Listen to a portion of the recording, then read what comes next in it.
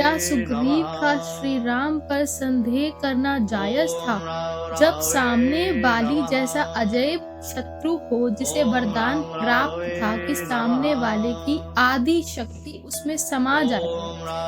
क्या केवल भरोसे से युद्ध जीता जा सकता था? आज हम कहानी नहीं, रणनीति समझेंगे। हम समझेंगे कि कैसे श्री राम ने एक ही बाण से 7 वृक्षों को भेद कर सुग्रीव के मन के गहरे डर को साइकोलॉजिकली न्यूट्रलाइज किया। यह केवल चमत्कार नहीं, बल्कि एडवांस आर्चरी और मिलिट्री प्रिसीशन का वो उदाहरण है जिसे वाल्मीकि रामायण और रामचरितमानस ने सूक्ष्मता से दर्ज किया है। सुग्रीव का डर खोखला नहीं था, उन्होंने बाली का पराक्रम अपनी आंखों से देखा था। बाली ने दुदुम्बी नामक विशाल दैत्य को तिनके की तरह उठाकर योजन भर दूर फेंक दिया था। वाल्मीकि रामायण किष्किंधा कांड सर्ग 11-12 के अनुसार सुग्रीव श्री राम से कहते हैं, बाली पर्वत के समान विशाल है, उसका बल असीम है। तर्क: यहाँ सुग्रीव एक रियलिस्टिक एनालिसिस कर रहे थे। एक रणनीतिकार के रूप में वे जानते थे कि यदि श्री राम बाली के सामने गए तो बाली का शक्ति हरण वाला वरदान श्री राम को कमजोर कर देगा। सुग्रीव को श्री राम की सज्जनता पर भरोसा था, लेकिन उनकी कॉम्बैट कंपैटिबिलिटी, युद्ध क्षमता पर प्रमाण चाहिए। श्री राम ने सुग्रीव की शंका दूर करने के लिए सबसे पहले दुदुम्बी दैत्य विशाल कंकाल को अपने पैर के अंगूठे से उठाकर 10 योजन दूर फेंक दिया। सुग्रीव ने यहाँ एक और तर्क दिया। बाली ने तब फेंका था जब इसमें मांस और रक्त था, यानी भारी भार। आपने सूखा कंकाल फेंका है, हल्का भार। यहाँ श्री राम ने सुग्रीव के फिजिक्स वाले तर्क को भी समझा। श्री राम मुस्कुराए, क्योंकि वे जानते थे कि संशय की जड़ें बहुत गहरी होती हैं।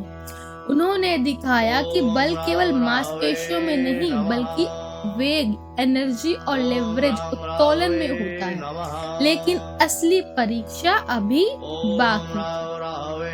अब आता है वह क्षण जिसने पूरे युद्ध का मनोविज्ञान बदल दिया, सप्तताल भेदन। वाल्मीकि रामायण का साक्ष्य, ये 7 ताल के वृक्ष एक सीधी रेखा में नहीं थे, वे कुटिल, टेढ़े मेढ़े और अलग अलग दिशाओं में थे। एक बाण से 7 सीधे लक्ष्यों को भेदना आसान है, लेकिन टेढ़े मेढ़े लक्ष्यों को भेदना सिनेसिस ट्रैजेक्टरी का प्रमाण है। श्री राम का बाण कोई साधारण लकड़ी का टुकड़ा नहीं, बल्कि एक गाइडेड मिसाइल की तरह था, जो अपना मार्ग स्वयं तय कर रहा था। श्री रामचरितमानस का संदर्भ 20 विगत संशय भयो सुग्रीवै ही अति हर्ष।